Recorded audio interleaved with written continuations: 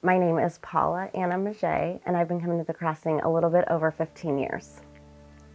I was born and raised Catholic, so my parents are from Sicily, and we attended Catholic church every Sunday. But in my 20s, my cousin, she had a really great personal relationship with Jesus, and she kind of paved the way for me, introduced me to a new church. I loved it. I loved the worship. I loved the stories that were coming straight from the Bible. And there were so many things and so many ways that Jesus really showed up that really wanted me to keep discovering and learning more. So then I met my husband, we got married. After that, my husband and I started talking about where our church home would be. And again, my cousin recommended the Crossing. You should really go to the Crossing, it's wonderful. And we did, and it was just amazing. It was a great way to introduce my husband to Jesus and for me to learn more and strengthen my relationship. But the Crossing's so big that it took me a few years to really get plugged in to make it smaller. And so when the group started, and I'll never forget the day, I came here instead of going to my small group leader's home. And I was running late, dropping off my kids, and I was in tears. I went to their house, but it was full of women that were a little older than me, wiser. And so the church became smaller and more comfortable because I was seeing more faces. Greg started talking about baptism. And I was born and raised Catholic, so I was baptized as a baby. But when you do it as an adult and you really make that choice and make that decision, it is really different. It's life-changing. And so I decided to get baptized. Still coming every Saturday. My kids are plugged in. They started seeing the same people in their small group, in the kids zone, and it was great. So to back up, I'm gluten-free.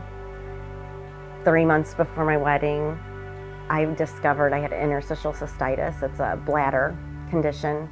So I saw a holistic doctor, and she said, try a gluten-free diet. And that was 20 years ago. And that was like, what is that? And I'm born and raised Italian, so bread and pasta are everything to me. And so I've grown into that. My kids have food allergies, so I had to learn gluten-free baking from scratch. And it was really hard because I was just alone. Like I didn't feel like I knew where to go. So fast forward, I started baking, and I started thinking, it'd be fun to share recipes or critique recipes. So I started StayGlutenFree.com. From there, I started a Facebook group. It had 15 people. I was always constantly checking, like, are they going to comment? Are they going to say they like it? And then it started growing from there. So my favorite way to really hear what God's saying to me is through worship and the words of the songs. And so last Christmas, I'll never forget, it was, the song that they sang was, I will make room for you to do what you want with me.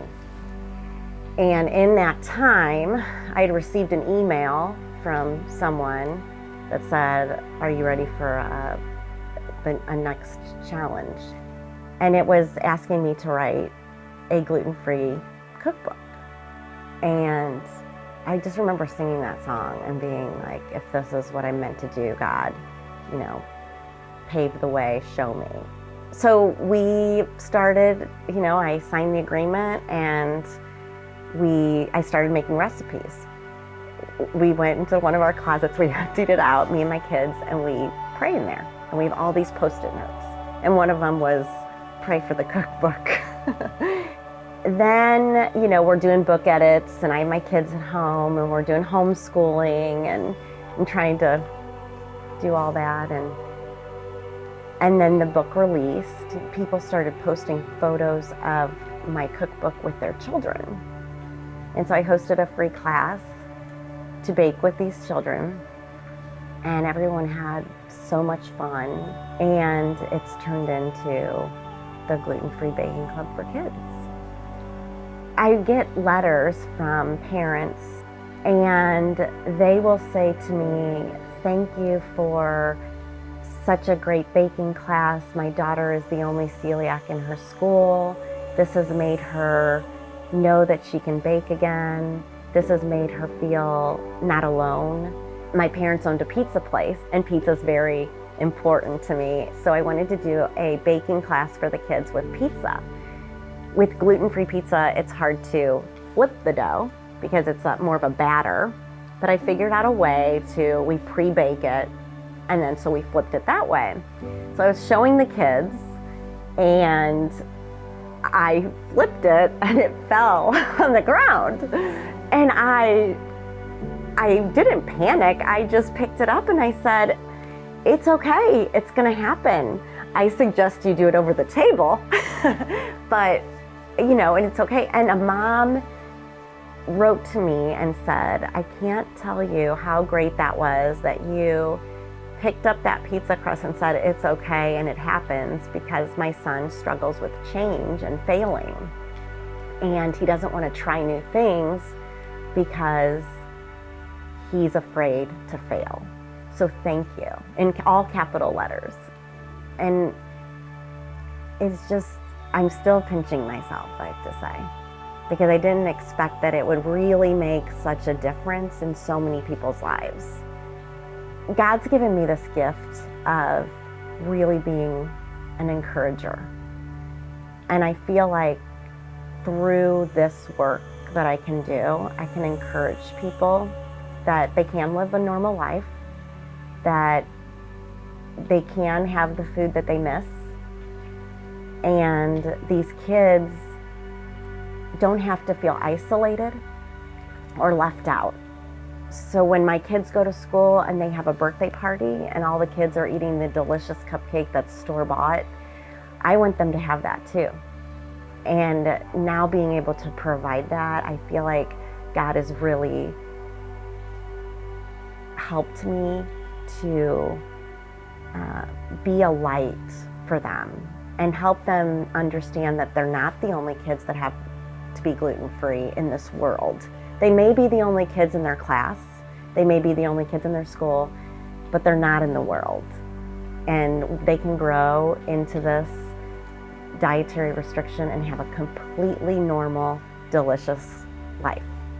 It will be a year that I'll never forget because of all of the ways God moved through our family and God moved through this journey.